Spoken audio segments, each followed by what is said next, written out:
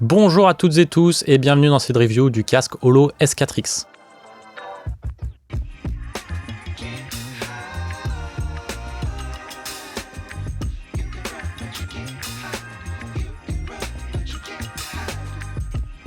La marque m'a envoyé la toute dernière version, la 1.2 pour la tester.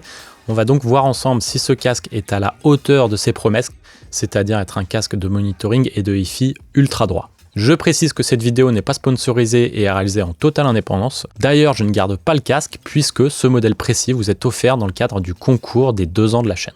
Voilà, vous pouvez gagner ce casque d'une valeur de 400 € et pour ce faire, c'est assez simple, je vous mets tous les détails pour y participer dans le lien en description. Et n'oubliez pas d'aller vous abonner à mon Insta et mon TikTok, j'y poste des extraits de mes vidéos, des photos, des updates de ma vie de commercial et d'ingé mastering et tout un tas de contenus exclusifs.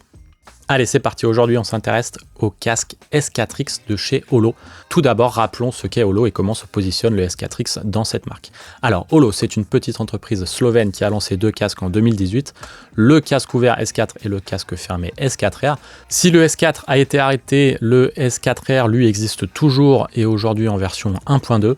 Dernièrement, on a vu l'arrivée du S5X qui, contrairement à ce que l'on pourrait penser, n'est pas un remplacement du S4X, mais plutôt une version Dolby Atmos et mixage immersif. C'est juste en fait la courbe de réponse en fréquence qui change pour s'adapter à ces formats. On va pas s'attarder sur ce modèle et on va revenir aux promesses portées par ces casques Holo. Alors, ces casques Holo, les S4, S4R, S4X, ont une promesse similaire, fournir un casque fidèle et plaisant à prix abordable. Bon, à 399 € pour le S4X en 2023, c'est pas abordable pour tout le monde, mais au vu de la hype qu'ont les casques haut de gamme en ce moment, ça me paraît tout à fait honnête. Qui plus est, ça fait des années que les gens sont habitués à dépenser 200, 300, 400 € dans des casques de chez Beyers Dynamic et Sennheiser, donc Holo se positionne sur un marché qui, pour moi, me paraît tout à fait honorable. L'autre promesse de la marque, c'est de vendre un produit durable, et c'est vrai que la possibilité de pouvoir changer toutes les pièces avec des outils de base va dans cette direction. Ça et les impressionnants 5 ans de garantie. Allez, sans plus attendre, on passe au déballage. Déjà, niveau emballage, Holo tient ses promesses en termes de développement durable. Tout est en carton ou en papier et on note aucun plastique. À l'ouverture, on tombe sur une pochette souple, on regrette de ne pas avoir quelque chose de plus solide pour transporter le casque, mais l'idée de ne pas produire d'accessoires superflus oblige à des concessions. Le casque est protégé par 2 pochettes remplies de journal, ce qui est inhabituel, mais j'ai envie de dire pourquoi pas. Plus intéressant, on trouve le certificat d'authenticité et une courbe de mesure unique. On arrive vite d'ailleurs au cœur du sujet, Holo apporte un soin particulier à ces casques qui sont mesurés individuellement. Qui plus est, la courbe présente le type de mesure utilisé. Pour rappel, mesurer un casque n'est pas chose aisée et plusieurs systèmes standardisés existent. Un même casque peut présenter des courbes très différentes en fonction du système mis en œuvre et il est donc primordial de comparer les mesures à système équivalent. Allez, intéressons-nous au casque en lui-même, il est d'un poids moyen, 350 grammes. Les oreillettes sont en simili-cuir et en velours, l'arceau en métal poudré et les oreillettes intègrent du bois naturel. C'est très joli, plutôt compact pour un casque circumoral, c'est-à-dire qui entoure les oreilles. Côté construction, on remarque que toutes les pièces sont facilement démontables et réparables, c'est assez rassurant et on se dit qu'on a un produit qui va durer. L'arceau en métal aussi a l'air très solide, dans un métal plutôt épais et rigide. Il est doublé d'une suspension intelligente et discrète, c'est très confortable et surtout la tension est réglable via des disques en métal. Attention, premier défaut de ce casque et je le signale maintenant car c'est peut-être lié à l'arceau rigide, mais ce casque est très résonnant. Dès qu'on touche l'arceau, on entend les bruits de frottement en mode ASMR, c'est insupportable, c'est assez désagréable. Vous me direz que l'on manipule rarement le casque quand on écoute de la musique, mais ce bruit est aussi présent quand on touche le câble. Les frottements du câble sur les vêtements ou pire sur le bureau s'entendent, et c'est la première fois d'ailleurs que j'entends ça sur un casque. Je suis curieux de savoir si c'est présent sur d'autres produits, dites-moi en commentaire si ça vous est déjà arrivé et avec quel casque. À propos de ce câble, c'est un casque 3,5 mm jack en cuivre OFC séparé de l'autre côté oreillette par 2 jacks aussi en 3.5. Alors l'avantage de cette solution comme ça en Y qui est très présente sur les casques haut de gamme, c'est de rendre le casque plus durable en évitant des torsions sur le câble lorsque les oreillettes tournent. Le défaut de cette construction simpliste, c'est que l'on ne peut pas faire passer le câble dans son dos sans avoir l'une des 2 extrémités qui viennent vous étrangler. Donc c'est un point particulièrement négatif pour les musiciens. Voilà pour la construction du casque. Avant que l'on parle du son, parlons des caractéristiques techniques des haut-parleurs. Le S4X utilise des haut-parleurs dynamiques, c'est-à-dire la technologie la plus standard. On n'est donc pas sur du planar magnétique que j'affectionne tant. Les haut-parleurs ont un diamètre de 50 mm, ce qui place le S4X dans la moyenne haute. Plus intéressant, le constructeur promet de séparer l'arrière du haut-parleur de l'avant grâce à cette technologie brevetée SoundSeal MC. Je rappelle que chacun des deux côtés d'un haut-parleur produit le même son, mais en phase opposée, et que donc si les deux signaux se rencontrent, on a une annulation de la phase. Cette séparation est donc la bienvenue. Le taux de distorsion est annoncé à moins de 0,084% pour 1 kHz à 85 décibels SPL, et Holo annonce une impédance de 32 ohms, ce qui est très faible et permet d'être utilisé sur tout type de support, même les moins puissants comme les téléphones portables. Allez, passons maintenant au plus important, le son.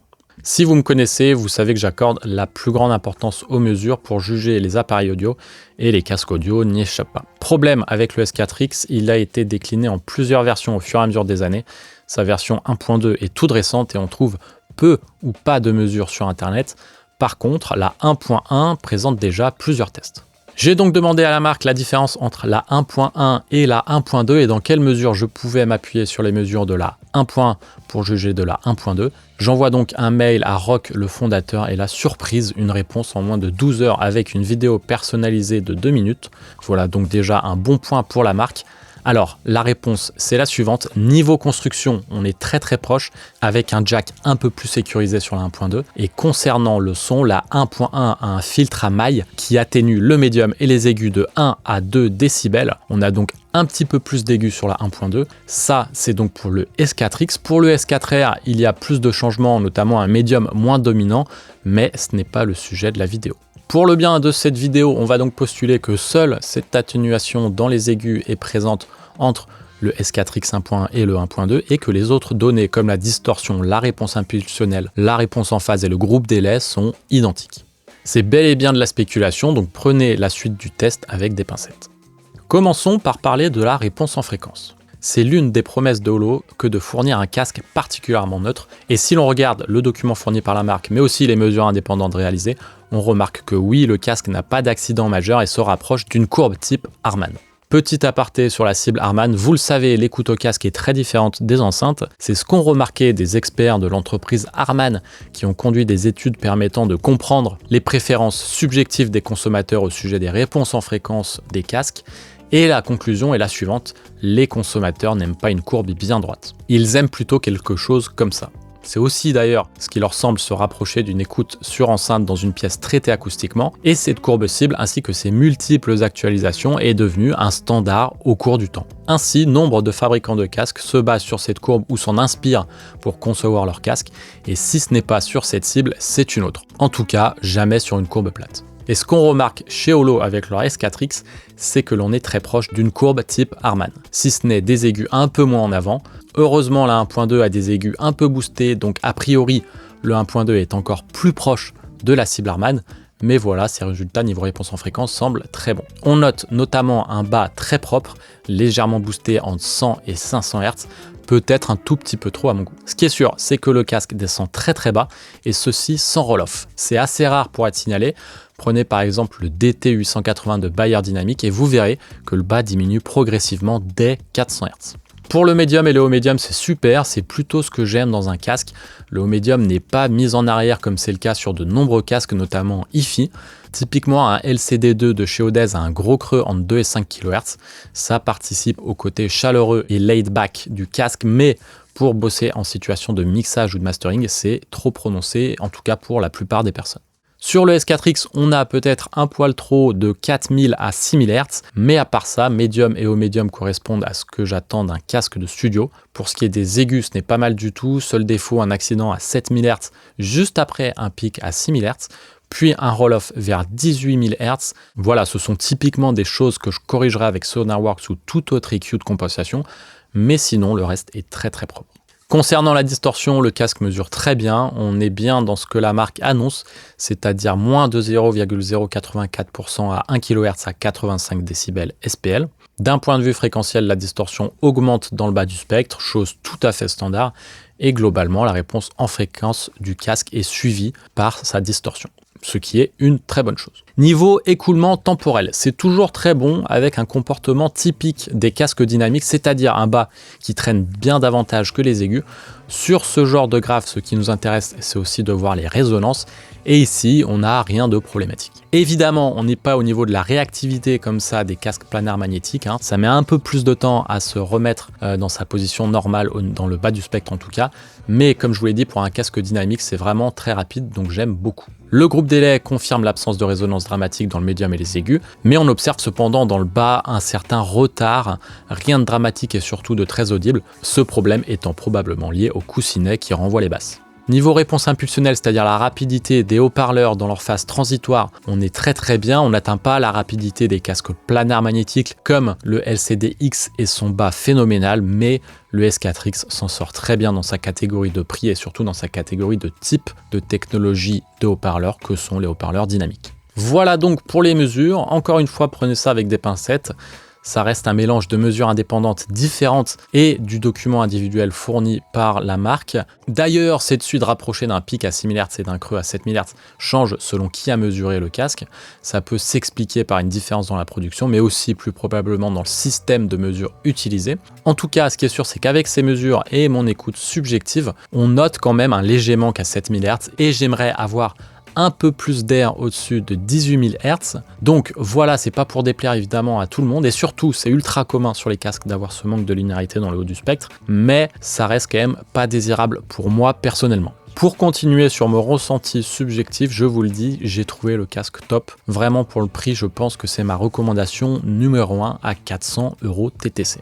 En fait, le seul défaut qui pourrait me faire choisir un autre casque ou me faire recommander à quelqu'un un autre casque, c'est ce manque de punch et de sentiment physique du bas du spectre. Et peut-être que je vous saoule avec ça, mais je vous le redis, les planaires magnétiques, donc Odez, Ifiman, ce sont les seuls pour moi à fournir cette dynamique. C'est donc pourquoi une alternative à prix équivalent serait le Ifiman HE400, mais vous n'aurez pas la même linéarité et surtout ce sera bien plus lourd et moins confortable.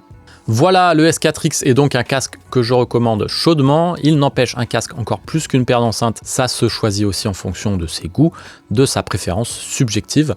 C'est notamment la grande variété de réponses en fréquence offertes par les casques qui va dicter ça, mais pas que. Voilà, je crois qu'on est arrivé au bout de cette review. Il ne me reste plus qu'à vous inviter à participer au concours. Pour rappel, c'est l'occasion de gagner un casque d'une valeur de 400 € neuf. N'oubliez pas évidemment de vous abonner à la chaîne et de vous rendre sur mes pages Engineers et Soundbetter. J'ai une promo de 20% sur mes services de mastering si vous passez par ces plateformes. Donc n'hésitez pas à aller sur Engineers et Soundbetter. Et enfin, je vous invite à vous abonner à la chaîne et lâcher un like. Voilà, merci de m'avoir suivi sur cette vidéo. Moi, je vous dis à très vite.